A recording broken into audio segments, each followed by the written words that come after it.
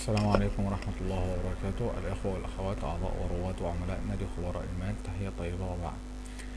ده شرح لاستراتيجية 100 نقطة. آه، الاستراتيجية بتعتمد على المتوسطات الحسابية، بتعتمد عموما على المتوسط الحسابي الطويل. بنفتح شارت على بنفتح شرطة هي بتشتغل على أزواج اليورو دولار والباوند دولار بشكل قوي.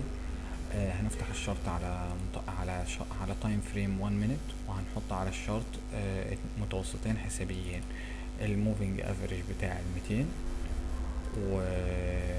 والموفينج افريج لل 360. ونعمل حسابنا ان الموفينج افريج هيبقى اكسبوننشال، يعني متوسط حسابي معدل. هنغير اللون بتاعه عشان لما يحصل تقاطع نبقى واخدين بالنا. بعد ما بغير اللون، الاستراتيجية بتنص على ان اذا تقاطعت الاسعار مع متوسط 200 ثم متوسط ثم متوسط 360 هبوطا، لازم الشرط كسر الاسعار، يعني المتوسطات هي اللي تكسر، مش شرط ان الاسعار تكسر لوحدها. التقاطع الاول ده علامة اولى، التقاطع الثاني ده علامة تانية للدخول السوق، سواء بيع او شراء. مثال بسيط، هنا ده زوج الباوند دولار. هنا تقاطع.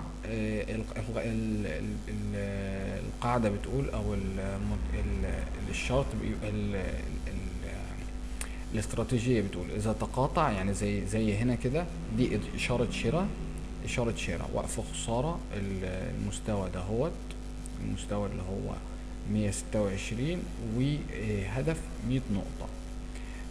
واذا تقاطع للاسفل هيبقى بيع، وقف خسارة 1.650 وهدف 1.56 100 نقطة. ده سواء في البيع، يعني هيبقى وقف الخسارة هنا، وهيبقى الدخول اصلا تحت، يعني هيبقى الدخول عند 130 او على حسب الكسر. فعادة هيبقى الدخول عند سعر 125 اذا حصل كسر للاسفل. دي الاستراتيجية. بالنسبة لليورو دولار، هو لسه ما اديناش امر شراء او امر بيع. لو بصينا على الشرط في تايم فريم اقل، هو كان مدينا امر شراء سابق. هنا كان مدي امر شراء من قبل كده كمان، يعني امر الشراء كان جاي من عند المستوى ده، قطع 360، حقق ال100 نقطة بتاعته. يعني امر الشراء كان جاي عند مستوى، امر الشراء التقاطع كان عند مستوى 1.334. طلع لغاية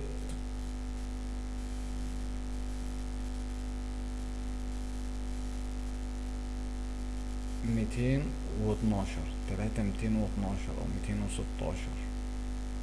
ده بعد امر الشراء الاولاني.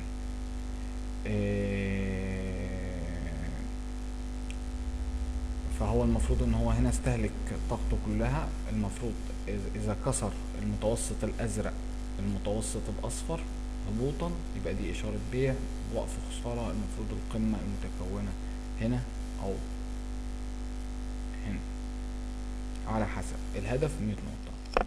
بالنسبة للاستراتيجية دي بتعمل في الباوند وفي اليورو بشكل جيد. بتشتغل على التايم فريم 1 مينت، وبتشتغل على التايم فريم 5 مينت، على 5 مينت، مع تغيير الاهداف ل 500 نقطة على ال5 مينت. السلام عليكم ورحمة الله وبركاته.